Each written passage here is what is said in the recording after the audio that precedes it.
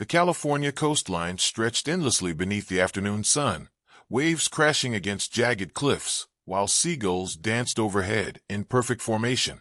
High above the Pacific Ocean, on one of the most exclusive bluffs in the state, stood a house that whispered of success earned through blood and sacrifice. Glass walls reflected the endless blue horizon, stone foundations anchored dreams into reality, and silence filled every corner like a sacred blessing.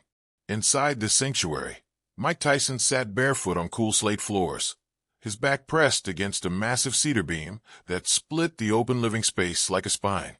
The house breathed around him, ocean wind moving white linen curtains, the distant hum of Miles Davis floating through hidden speakers, and the gentle click of dog claws on polished concrete as his two massive companions explored their domain.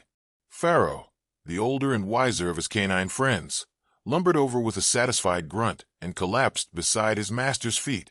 Leon, younger and more alert, paced along the floor-to-ceiling windows, his nose twitching as ocean salt filled his senses. This was peace. Real peace. The kind that money couldn't buy, but pain could earn. Mike closed his eyes and breathed deeply, feeling air fill his lungs like something he'd forgotten existed. Somewhere beyond these walls, the world spun in chaos. Cameras flashed, contracts demanded signatures, and his name carried weight that sometimes felt heavier than championship belts. His legacy followed him like a second shadow, casting darkness even in daylight. But here, in this glass cathedral overlooking the Pacific, there were no questions, no rings, no roars of crowds, no leather gloves, just air. Clean, honest air. He had paid dearly for this peace, not just with the millions that purchased these walls, but with bones that had been broken and years that had been lost. His image had been twisted into myth and mockery, dissected by strangers who never stood where he stood or felt what he felt. In this place, there were no reporters with hungry microphones, no analysts picking apart his every breath. Just a man approaching 60, trying to reclaim something the world had taken from him piece by piece. The backyard was his masterpiece, a minimalist paradise that spoke in clean lines and honest materials. The pool stretched like a perfect mirror, reflecting sky and possibility. Slate tiles warm beneath California sun, leading to a single teak lounge chair positioned to capture both morning light and evening shadows. A simple table held sweating glasses of lemon water, drops falling like tiny diamonds onto heated stone. Mike stepped outside, his faithful companions following at his heels. The sun kissed his chest, warming muscles that still carried the thickness of war. Not battles fought with bullets, but wars waged with sweat, rage, and memories that refused to fade. He stretched slowly, feeling each fiber respond, then lowered himself into the chair. For the first time in months, maybe years, his shoulders relaxed completely. For 3 perfect days, this routine continued. Morning runs along cliffside paths, afternoon swims in crystalline water, evening walks with Pharaoh and Leon as sunset painted the sky in impossible colors. The world beyond his gates seemed like a distant planet, populated by people who moved too fast and spoke too loud. Here, time moved differently. Here he could breathe. But paradise, Mike knew from experience, never lasted long. It was during one of his evening jogs that he first noticed the watcher. The figure stood beside a mailbox like a statue carved from suspicion and resentment. Gray shorts, dark hoodie, baseball cap pulled low, a uniform of anonymity that couldn't quite hide the intensity of the stare beneath. Mike's face, despite the disguise of distance and casual clothing, was unmistakable to anyone who had watched him carve his name into history's stone. His gait carried the rhythm of a man who had once terrified giants, and even in peace, power radiated from his frame like heat from summer pavement. The man stood motionless, arms folded across his chest, sunglasses reflecting the dying sun like mirrors of judgment. No greeting passed between them, no neighborly nod of acknowledgement. Just that stare, measuring, calculating, disapproving. Mike, raised with manners that survived even the roughest streets of Brooklyn, offered a courteous nod as he passed. Nothing. No response. Just continued observation. Mike thought little of it initially. He'd been stared at before, studied like a specimen in a museum. People often weren't sure whether to admire him or fear him, sometimes feeling both emotions simultaneously. His body, his face, his very presence carried electricity that changed the atmosphere of any room he entered. But this felt different. This felt personal. The following evening, while tending his carefully cultivated herb garden, lavender, basil, rosemary, and 2 struggling tomato plants that he nurtured like children, Mike felt it again. That presence, that weight of being watched. He turned slowly, instinctively, and found the same figure pretending to examine bushes near the white fence that divided their properties. But eyes told truths that bodies tried to hide. They were locked on Mike's shoulders, his arms, measuring him like a threat to be calculated rather than a neighbor to be acknowledged. Mike stared back, longer than necessary, until the man looked away and began picking at dry leaves in an obvious attempt to mask his surveillance. The water hose went silent as Mike turned it off and walked inside. No words were exchanged, but messages were received. Inside his sanctuary, Mike paced for nearly an hour, Pharaoh following closely, sensing the tension that had invaded their peaceful world. Leon growled once, low and warning, at the open door that faced the street. That night, Mike sat on his leather couch, staring up at the slow-turning ceiling fan, trying to make sense of what he'd felt. He'd left the violence behind, walked away from cameras and rings, and the crushing weight of a life lived in constant defense mode.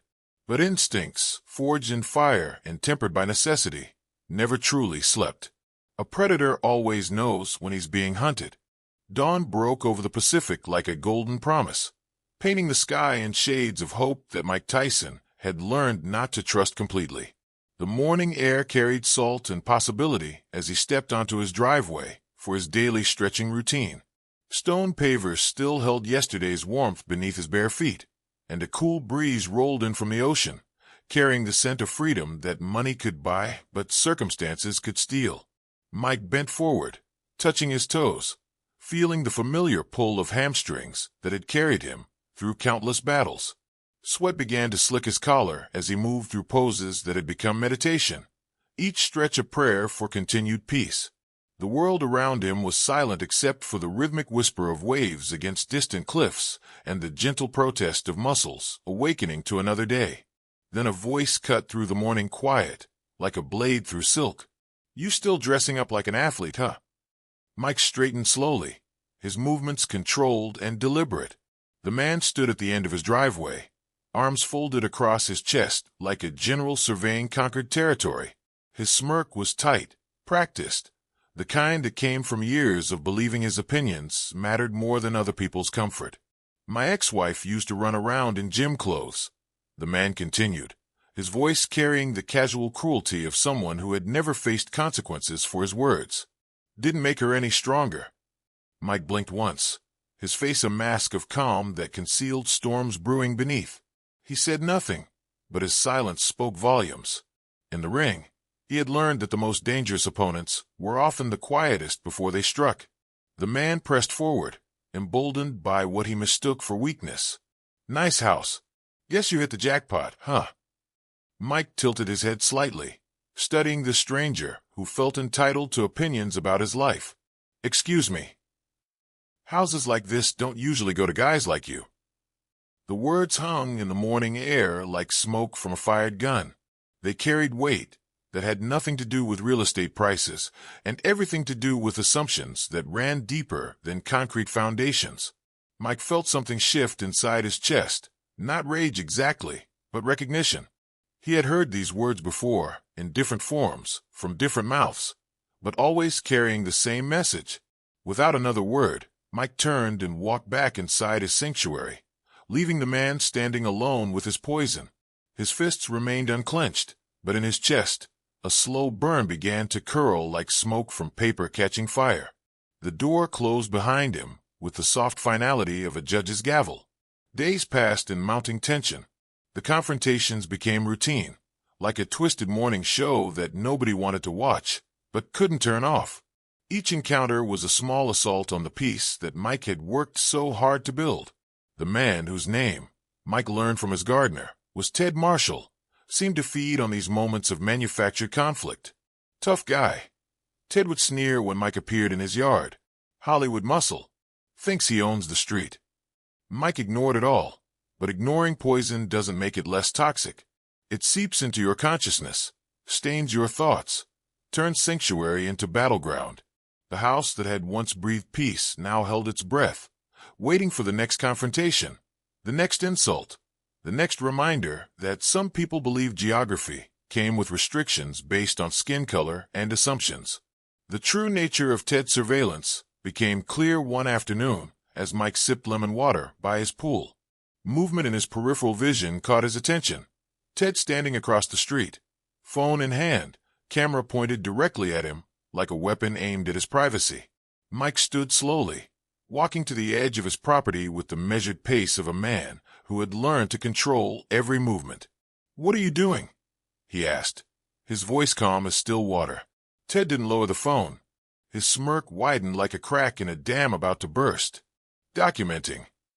"Documenting what?" "A stranger on property that doesn't belong to him."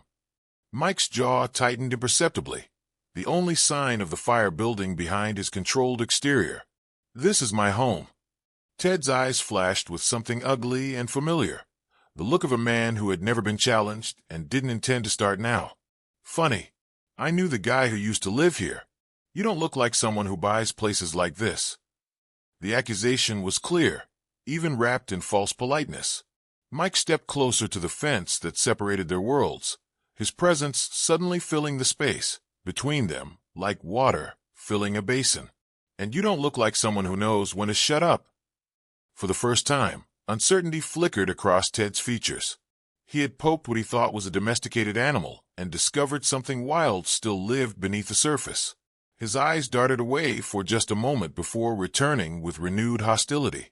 "You'll see," Ted muttered, turning on his heel and stalking back toward his house like a retreating general planning his next assault. Mike remained at the fence long after Ted disappeared, standing motionless under the dying sun. His breathing stayed controlled, measured, but something ancient stirred in his bones, not rage, but readiness. The warrior in him, dormant but never dead, recognized the scent of a challenge that went beyond words. That night, Mike checked every camera feed around his property. Motion sensors were active, recording devices synced to cloud storage, security systems armed and ready. He sat in his living room, tapping the arm of his chair with one finger, eyes narrowed in thought. Years of experience had taught him to trust his instincts, and every instinct he possessed was screaming the same message. This wasn't over. Not even close. Ted Marshall had made a fundamental error in judgment. He had mistaken Mike Tyson's desire for peace as a sign of weakness. He had confused civility with cowardice, restraint with retreat. But Mike had not survived the streets of Brooklyn, the violence of professional boxing, and the brutality of public scrutiny by backing down from bullies. He had simply learned to choose his battles more carefully. As the ocean wind whispered through his sanctuary and his dogs settled around him like loyal sentinels, Mike prepared for whatever was coming next.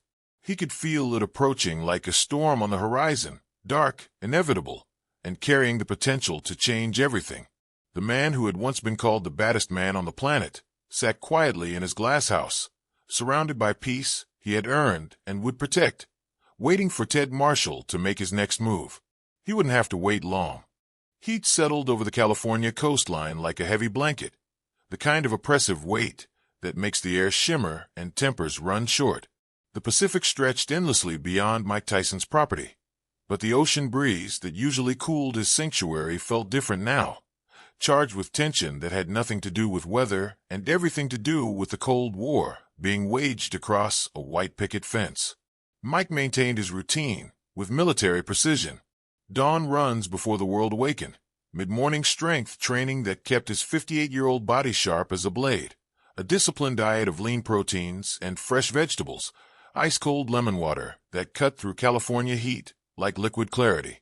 Each afternoon, he took his ritual swim, cutting through pool water that reflected sky and possibility while his mind worked to process the growing hostility from across the street. But nothing, not the exercise, not the meditation, not the careful control he'd spent decades perfecting, could calm the certainty growing in his gut that Ted Marshall was more than just a nosy neighbor. He was something colder, more calculating, like a spider waiting for the perfect moment to strike. Ted no longer bothered with pretense. He appeared constantly now, at the fence, on the sidewalk, in his front yard with arms crossed and eyes narrowed, always with that phone in his hand like a weapon ready to fire. Mike had encountered men like Ted before, though not in boxing rings. These were the suits in boardrooms who spoke in coded language, the officials in courtrooms who made decisions based on assumptions, the members of exclusive clubs who clutched their gates tighter than their wallets. They never said the words directly, but they didn't need to. Their stares carried the message clearly enough. You don't belong here. Mike had faced worse and survived. But this was different. This was his home, his peace, his carefully constructed refuge from a world that had never let him rest. Every smug look from Ted chipped away at that sanctuary, like water eroding stone, one drop at a time. The harassment began with small, petty gestures designed to send a message, without leaving fingerprints. A landscaping truck that had parked across the street for months suddenly received anonymous notes complaining about commercial vehicles in residential areas. Javier, the young driver, mentioned it to Mike with nervous laughter, but his eyes carried worry that ran deeper than parking tickets. Mike's garbage bins, positioned properly at the edge of his driveway every collection day, were mysteriously tipped over twice in a row. No witnesses, no security footage that captured the act.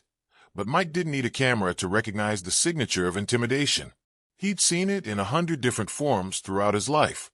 The quiet violence that people used when they couldn't confront you directly. The tension escalated on a Wednesday that felt heavy with unspoken threats.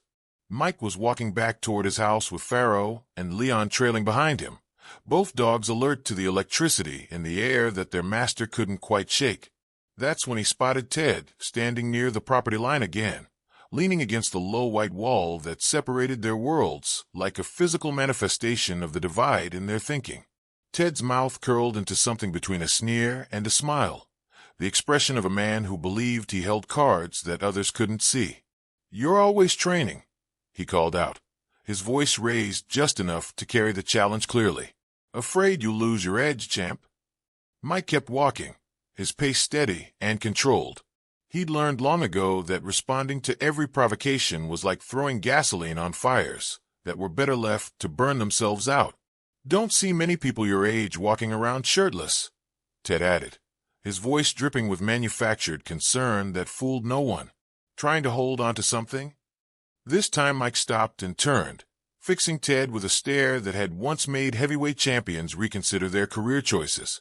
"You ever get tired of pretending to water dead plants just to spy on your neighbors?" Ted's smile faltered for the first time in weeks. The easy confidence in his posture shifted slightly, like a building settling on unstable ground. Mike held the stare for 3 more seconds, long enough to make his point clear, then continued walking toward his house with the measured pace of a man who had nothing to prove but everything to protect. That night, the atmosphere inside Mike's sanctuary felt different. Heavy. Oppressive. He poured himself a glass of ice water and stood by the window that overlooked his pool, watching moonlight dance on the surface like scattered diamonds. Pharaoh curled up by the door, while Leon paced restlessly by the sliding glass window, occasionally releasing low whines that spoke to instincts older than domestication. The dogs were unsettled, and Mike had learned to trust that primitive wisdom. Animals sense things the humans often missed: the subtle changes in body language, the shift in territorial energy, the scent of aggression carried on evening wind. Mike checked his security system again. Every camera was functioning perfectly, every sensor active, every piece of footage backed up to cloud storage that existed beyond the reach of local interference. He had learned, through bitter experience, that preparation was the difference between being victim and being ready. The moment he'd been expecting arrived the following afternoon, while he was in the middle of seated stretches on his back patio. Sweat glistened on his arms from a resistance workout that had pushed his aging muscles to their limits, but the physical exertion felt good, clean, honest, productive. He was reaching for a towel when he noticed Ted across the street, phone pressed to his ear, pacing with the urgent energy of a man making important calls. This time was different. Ted wasn't glancing toward Mike's house with his usual calculated hostility. He was staring directly at it, pointing with increasing urgency, his mouth moving rapidly as he gestured at Mike's pool, the lawn, the fence line. His voice rose and fell with the rhythm of someone making a formal complaint, building a case, constructing a narrative from assumptions and resentment. Mike stood slowly, every muscle in his body shifting into a state of heightened awareness that he recognized from decades of facing danger. He took a step closer to the edge of his patio and narrowed his eyes, trying to read the performance being conducted across the hedge. Across the street, Ted's gesturing became more animated, more frantic. He pointed repeatedly at Mike's property, his face flushed with manufactured outrage as he painted some picture for whoever was listening on the other end of that phone call. Then Ted glanced toward the road, and Mike followed his gaze with growing understanding. That's when he heard it, the sound that every person of color learns to recognize from childhood, the mechanical growl that can turn an ordinary day into a life-changing nightmare. Tires on gravel, slow and heavy and deliberate. Not the casual roll of a delivery truck or the familiar hum of a neighbor's car, but something else entirely. The sound of authority approaching with predetermined conclusions. 2 black and white patrol cars rounded the bend in perfect formation, moving like predators who had already decided what they were hunting. They crept toward Mike's gate with the measured pace of men who believed they were responding to a legitimate threat rather than the poisonous fiction of a bitter neighbor. Mike Tyson stood tall on his own property, barefoot and sweat-soaked, heart beating steady as a metronome. He whistled sharply, a sound that brought both Pharaoh and Leon to immediate attention. The dogs flanked him instinctively, reading the shift in their master's energy, preparing for whatever was about to unfold. As the patrol cars came to a stop in front of his sanctuary, Mike moved toward the side gate with posture that was calm, controlled, and absolutely ready for anything. His breathing remained even, his movements deliberate. He reached the metal latch, just as car doors slammed shut and boots hit pavement. The battle he had been expecting was finally here. 2 officers emerged from their patrol cars with the mechanical precision of men who had done this dance 1,000 times before. The first was built like a linebacker gone soft, thick around the middle but still dangerous, with sun-scorched skin that spoke of years patrolling California streets and a permanent scowl carved into his face like granite. His badge read Sergeant Richard Graves, and he moved with the swagger of someone who believed his uniform granted him ownership of any situation he entered. The second officer was younger, leaner, with close-cropped dark hair and the nervous energy of someone still learning the unwritten rules of power. His name tag identified him as Officer Owen Hart, and his posture suggested uncertainty wrapped in procedural training that hadn't yet been tested by real-world complexity. They exchanged a quick glance, the kind of wordless communication that passes between partners who have made assumptions based on phone calls and prejudice rather than evidence and investigation. Then they turned toward Mike Tyson's property like men who viewed fences as mere suggestions rather than legal boundaries that required respect. They didn't ring the doorbell. They didn't announce themselves. They didn't follow the basic protocols that separate law enforcement from home invasion. Instead, they opened Mike's gate and stepped directly onto his private land as if his property rights were optional considerations in whatever narrative they had already constructed. Pharaoh's growl started low in his throat, a sound that carried warning older than civilization. Mike raised one hand, a gesture that instantly calmed both dogs while sending a clear message about who was in control of this situation. "Hands where I can see them," Sergeant Graves barked, his voice carrying the automatic authority of someone accustomed to immediate compliance. His hand drifted toward his holster in a movement that was part procedure, part intimidation. Mike's arms were already crossed, visible and unthreatening. "I live here," he said simply, his voice carrying the steady calm of a man stating indisputable fact. "We got a report of a trespasser," Officer Hart added, motioning toward the pool as if its very existence was evidence of wrongdoing. "You're not supposed to be here." Mike's eyes narrowed slightly, the only sign of the fire building behind his controlled exterior. "You didn't even ask for identification." Graves scoffed, his contempt visible in the set of his shoulders and the dismissive wave of his hand. "Sir, we're not debating this. You'll come with us while we verify your story. You can show your identification at the station." The presumption was breathtaking in its arrogance. Here was a man standing in his own backyard, on property he owned legally and completely, being told by strangers that his presence was suspicious enough to warrant arrest first and questions later. Mike had faced this script before, but never in a place he had paid millions to call sanctuary. "No," Mike said, his voice carrying the quiet authority of someone who had spent decades learning when to fight and when to stand firm. "You can verify it right here." That's when Sergeant Graves made the mistake that would change everything. His hand shot out in a quick, aggressive motion, too fast for a civilian, too slow for a trained fighter, but exactly the kind of movement that separated professional law enforcement from schoolyard bullying. He reached for Mike's arm with the casual entitlement of someone who had never faced real consequences for overstepping boundaries. But Mike Tyson wasn't just anyone. He was a reaction forged in fire and refined through decades of split-second decisions where hesitation meant unconsciousness. His body moved before his mind could interfere, muscle memory taking control with the fluid precision that had once made him the most feared man in professional sports. In one smooth, instinctive motion, Mike pivoted on his back foot, his hand closing around Graves' wrist with the controlled strength of someone who understood exactly how much force was enough.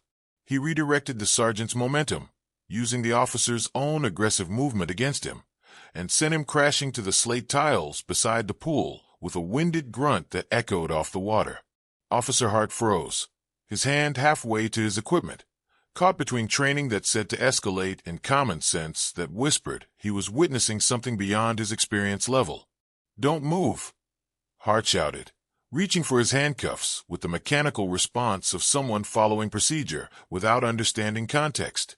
Mike stood perfectly still, his hands open and visible, his feet planted firmly on his own property. "That," he said with the cold clarity of someone stating legal fact, "was self-defense." Hart hesitated, uncertainty flickering across his young features like shadows cast by doubt. This wasn't how these situations usually played out. The man before him wasn't running, wasn't aggressive, wasn't displaying any of the behaviors that justified further escalation. Mike reached down slowly, deliberately, and pulled his wallet from a gym bag beside the lounge chair. He held it open with the patient precision of someone who had learned that documentation was often the only defense against institutional assumptions. Inside, his California driver's license bore his name and this address. The deed to the house was laminated and current. A certification card identified him as a licensed athletic trainer with the California State Athletic Commission. Every piece of paper told the same story. This was his home, his property, his legal right to exist in peace. Then Mike tapped a button on his phone. The screen illuminated, showing multiple camera feeds from every angle of his property. Footage of both officers entering without a warrant, without announcing themselves, without following basic procedural requirements. Video evidence of Graves reaching for him without cause or legal justification. "You're being recorded," Mike said, his voice carrying the quiet authority of someone who understood that truth had power when properly documented. "Everything backs up automatically to cloud storage." Sergeant Graves groaned on the ground beside the pool, rubbing his shoulder where it had met unforgiving stone, his ego bruised worse than his body. "We were responding to a complaint," he muttered, trying to salvage authority from a situation that had exposed the hollow foundation of his assumptions. "No," Mike interrupted, his voice hard as the slate beneath their feet. "You were responding to a stereotype. A black man by a pool in an expensive neighborhood, and you didn't ask a single question before putting your hands on me." The truth hung in the air like smoke from a gun that had already been fired. Across the street, Ted Marshall had retreated behind his curtains, but Mike could feel his presence like a weight pressing against the afternoon heat. The man who had made the call was watching his plan unfold, probably expecting to see his neighbor dragged away in handcuffs, his presence in the neighborhood permanently resolved. Instead, he was witnessing something else entirely. He was seeing what happened when assumptions met reality, when prejudice encountered preparation, when the system that was supposed to protect him revealed its willingness to become a weapon against anyone who didn't fit predetermined categories. Sergeant Graves finally reached for his radio, his voice subdued, his pride cracking like ice under pressure. The call for a supervisor was quiet, almost sheepish, the sound of a man realizing that the story he had been told didn't match the evidence spread out before him. Mike didn't lower his gaze, didn't blink, didn't move a single inch. He stood on his own property, surrounded by his own possessions, defended by his own documentation, and waited for the next act of this drama to unfold. Because in that moment, he wasn't just defending his house. He was defending every person who had ever had their presence mistaken for a crime, their existence treated as suspicious, their right to occupy space questioned by strangers with badges and assumptions. The afternoon sun beat down on all of them equally, but only some of them were learning what justice actually looked like when it refused to back down. The video was never meant to go public, but truth has a way of finding light even in the darkest corners. After the officers left that afternoon, bruised, humiliated, and frantically radioing for supervisors who never materialized, Mike Tyson walked back into his sanctuary without fanfare or celebration. He sat at his kitchen island, bare feet planted on cool concrete, and opened his phone with the methodical precision of a man who understood that documentation was worthless unless properly preserved. The security footage was crystal clear, showing two officers entering private property without a warrant, one attempting to grab a homeowner without cause, and a textbook example of self-defense that ended with truth written in pixels and timestamps. Mike forwarded the video to three people: Angela Dorsey, his attorney; Darnell, his publicist; and Elise, a journalist friend who had covered his comeback fights. Just in case, he told himself. Just in case the system tried to rewrite history. But someone leaked it anyway. By sunrise, the entire world knew what had happened on a quiet California street, where a black man's presence in his own backyard had been treated like a crime. The clip spread through social media like wildfire, each share carrying the weight of recognition from people who had lived this moment in different forms, in different places, but with the same underlying message: you don't belong here. Headlines screamed across news sites: Mike Tyson mistaken for intruder at his own home. Legendary boxer detained cop in self-defense. Security footage sparks national debate on profiling. The story exploded across every platform, generating hashtags, memes, and millions of views from people who couldn't believe what they were seeing. Some people laughed at the absurdity of it. Two cops trying to arrest Mike Tyson in his own backyard seemed like something from a bad comedy sketch. Others were furious, recognizing the deeper implications of what could have happened if the cameras hadn't been rolling, if the victim hadn't been famous, if the documentation hadn't been perfect. Remix versions flooded social media platforms, some adding dramatic music, others slowing down the takedown into cinematic perfection. A few creators dubbed commentary over the footage like a boxing match. Here comes Tyson with the pivot, wrist control, shoulder redirect, and down goes the sergeant. But Mike found none of it funny. He sat at his kitchen counter, scrolling through messages from people he hadn't heard from in years, some supportive, some angry, others asking the question that cut deepest: how many times has this happened to people who didn't have cameras or celebrity status? Angela arrived before noon, dressed in her usual armor of crisp professionalism, carrying a leather binder thick with documentation. She set it down on Mike's counter and got straight to business. "You didn't ask for this," she said, "but you just lit a fuse that's been waiting to explode for decades." Mike rubbed his hand over his head, exhaustion weighing on him like gravity. "I didn't want a fuse. I wanted peace." Angela nodded with the understanding of someone who had spent years watching her clients navigate the intersection of fame and justice. "I know, but they brought the fire to your door." Outside, news vans began parking along the curb like mechanical vultures attracted to controversy. Reporters gathered behind Mike's closed gate, shouting questions toward windows that reflected sky instead of answers. A drone buzzed overhead, angling for aerial views of the backyard where constitutional rights had been defended with perfect technique. Pharaoh and Leon positioned themselves by the sliding glass doors, eyes locked on the street, sensing that their territory was under siege from a different kind of predator. Mike closed the curtains, but across the street, Ted Marshall's house remained dark and silent, curtains drawn against the storm he had unleashed. The sheriff's department's response came 12 hours later in the form of a press release, so brief it could have been written on a cocktail napkin. The incident involving Sergeant Richard Graves and Officer Owen Hart is under review. No further comments at this time. Angela scoffed when she read it aloud. That's bureaucratic code for, we're praying this disappears. But it wasn't going to disappear. By mid-afternoon, Mike's footage had been dissected on every cable news network. Legal experts debated police procedures and property rights. Civil rights organizations issued statements of support. Athletes, actors, and musicians tweeted their solidarity with a man who had simply wanted to exist in peace. Even retired boxers, who had once stood across rings from Mike, spoke up publicly. "You don't put your hands on Iron Mike and expect no consequences." One former opponent tweeted, "That man earned his house the hard way. Let him breathe." The response revealed something that went far beyond one incident in one expensive neighborhood. It touched a nerve that ran through every community where people had learned to expect their presence to be questioned, their rights to be conditional, their safety to depend on the mood of strangers with badges. Late that night, Angela returned with updates that felt like vindication wrapped in legal terminology. "Both officers have been suspended pending investigation," she announced. But here's the important part. Their body cameras were turned off the entire time. Mike's jaw flexed with controlled anger. They turned them off deliberately.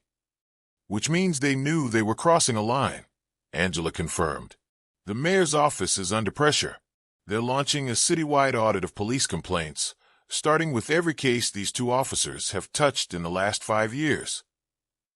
Across the street, Ted's house remained dark, but justice was finally turning its attention toward the man who had weaponized the system against his neighbor. That afternoon, a black SUV pulled up to Ted's gate, disgorging two plainclothes investigators with folders, voice recorders, and the authority to ask uncomfortable questions. Ted eventually emerged, clutching a beer can like a shield, his usual arrogance replaced by the nervous energy of someone who had never expected consequences for his actions. The lead investigator began reading charges that had been building for weeks: filing a false report, discriminatory harassment, misuse of emergency services. Mike watched from his window as Ted's face drained of color, his swagger collapsing like a house built on rotten foundations. Other neighbors had come forward after seeing the video, sharing their own experiences with Ted's pattern of harassment toward anyone who didn't match his narrow definition of belonging. The mayor held a press conference that evening, standing behind a podium flanked by flags that represented ideals rather than the reality many citizens experience daily. "This is not about one man, one house, or one badge," she declared. "This is about the right of every citizen to feel safe in their own home, regardless of race, regardless of history." What happened was a failure of protocol, but worse, it was a failure of humanity. Mike stood behind his curtain, arms crossed, watching the screen without celebration. He wasn't smiling because he understood that this wasn't about victory. It was about visibility. The cameras had captured one moment, but how many similar moments happened in shadows, without documentation, without celebrity status to demand attention? The next morning brought headlines that felt like earthquake aftershocks. Tyson incident sparks nationwide outcry. Even legends get profiled. What Mike Tyson story reveals about America? Sheriff's Department under fire after Tyson footage goes viral. Talk radio hosts debated the incident with passion that revealed their own biases. Civil rights leaders scheduled emergency interviews, their voices carrying decades of frustration, finally given a platform.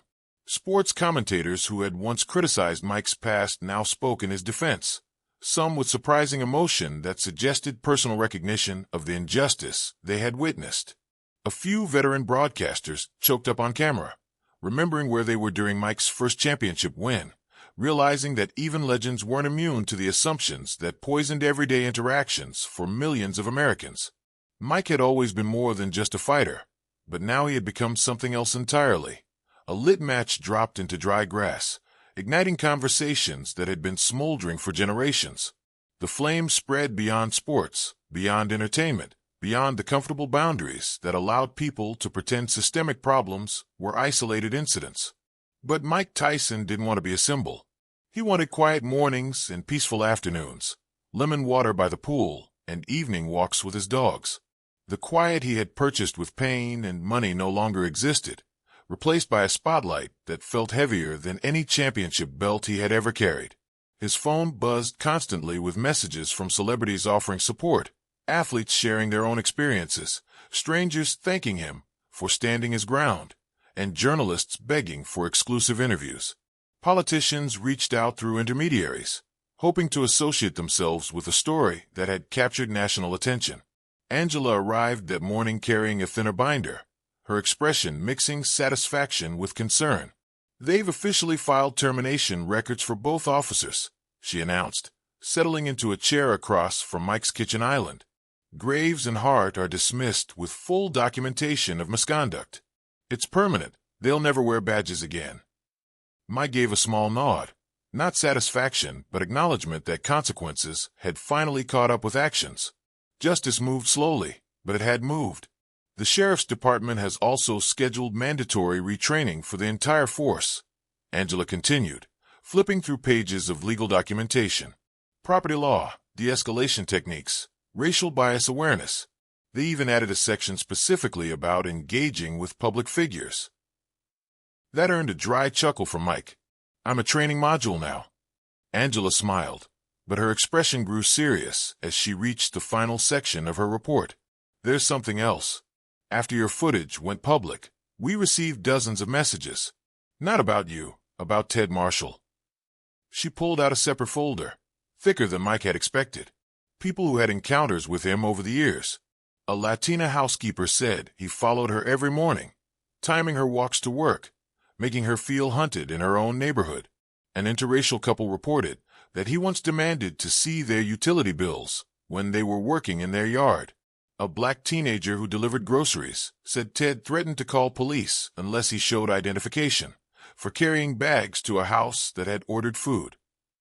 Angela closed the folder with the finality of a judge's gavel. None of them filed formal reports until now. They didn't think anyone would believe them, didn't think it would matter. But your video gave them courage to speak up. Mike stared across his property toward Ted's house, where shadows moved behind drawn curtains, like guilt trying to hide from daylight. Ted wasn't just a bigoted neighbor. He was a pattern, a system of harassment that had operated in darkness until cameras brought light. That afternoon, the city council reconvened for an emergency session that felt more like a reckoning than a meeting. The chambers were packed with residents who had stories of their own, people who had been waiting years for someone to listen, someone to believe, someone to act. Legislation was introduced directly in response to Mike's incident. The Home Integrity Act, designed to curb false emergency calls based on race or appearance. The bill would fine residents for discriminatory misuse of emergency services, require additional review of police responses involving private property, and mandate transparency in complaint resolution processes. Angela read the proposed law aloud to Mike on his back patio, her voice carrying hope that legal language could create real change. Mike listened in silence, ice melting slowly in his glass, understanding that his moment of self-defense had become a catalyst for something larger than personal justice. "You realize," Angela said gently, "none of this would be happening if you hadn't stood your ground that day." Mike rubbed the bridge of his nose, feeling the weight of unintended leadership. "I didn't want to make noise. I just wanted peace." Angela nodded with understanding. Sometimes peace has to be defended first, and sometimes defending it makes noise that the world needs to hear. A week later, Mike received a call that surprised him. An invitation from Mrs. Randall, a school board member who ran community youth programs in the city's underserved neighborhoods. She wasn't asking for Iron Mike the champion or Mike Tyson the celebrity. She wanted the man who had protected his home without throwing a punch, who had shown young people that strength sometimes meant standing still while others lost control. Mike hesitated. He had never been comfortable on stages without gloves, but something about her request resonated with memories of his own childhood, when he had first learned that the world saw him as dangerous before he ever raised his fists. He agreed. The venue was humble, a library at the back of an elementary school, filled with plastic chairs and children whose eyes held both awe and recognition. These kids understood what it meant to be judged before you spoke, to be seen as a problem rather than a person. Mike stepped forward wearing a simple gray sweater and jeans. No cameras or entourage. Just a man sharing truth with the next generation. He didn't talk about championship belts or knockout records or Vegas lights. Instead, he spoke about what it meant to be perceived as a threat before you even opened your mouth, about how power sometimes hid behind badges and complaint hotlines and neighborhood associations. He finished with words that came from decades of experience. You're going to walk into rooms where people doubt you, your intelligence, your right to be there, your worth as a human being. You'll have two choices: shrink to make them comfortable, or stand tall and make them adjust. Remember, your truth is stronger than their fear. Some kids clapped. Others sat in thoughtful silence. But Mike saw the spark of recognition in their eyes, the understanding that they weren't alone, that even legends faced the same judgments, that dignity was something you claimed rather than something others granted. That evening, as the sun painted the Pacific in shades of gold and crimson, Mike stood at the edge of his backyard with Pharaoh and Leon at his sides. The ocean wind brushed over his shoulders, carrying salt and possibility. His sanctuary felt peaceful again, but different. Not the isolation of escape, but the calm of a man who had discovered that sometimes the best way to protect your peace is to fight for everyone else's right to have it too. Across the street, Ted Marshall's house stood empty, a sold sign replacing the man who had tried to weaponize the system against his neighbor. The new owners, a young family with children who played in the yard without fear, waved when they saw Mike. It wasn't a celebration. It was recognition that some battles, when fought with truth and cameras and courage, could actually change things. Mike Tyson had wanted nothing more than to exist in peace. Instead, he had become a reminder that peace sometimes required protection, that justice sometimes needed a witness, and that the most important fights weren't always won with fists. The man who had once been called the baddest on the planet now stood quietly in his glass sanctuary, understanding that real strength meant creating space for others to be safe, to be heard, to be human. Ted Marshall was gone, but the lesson remained. When you try to make someone else feel like they don't belong, you might discover that you're the one who doesn't belong in a world that's learning to be better. The cameras had captured one moment, but they had illuminated a truth that would outlast any single incident. Sometimes the greatest victories happen not when you knock someone down, but when you refuse to let them knock you down, and when you make sure they can't knock down anyone else either. As stars appeared over the Pacific and his dogs settled around him in perfect contentment, Mike Tyson sat in the peace he had earned, defended, and ultimately shared with a world that desperately needed to remember what justice looked like when it refused to back down.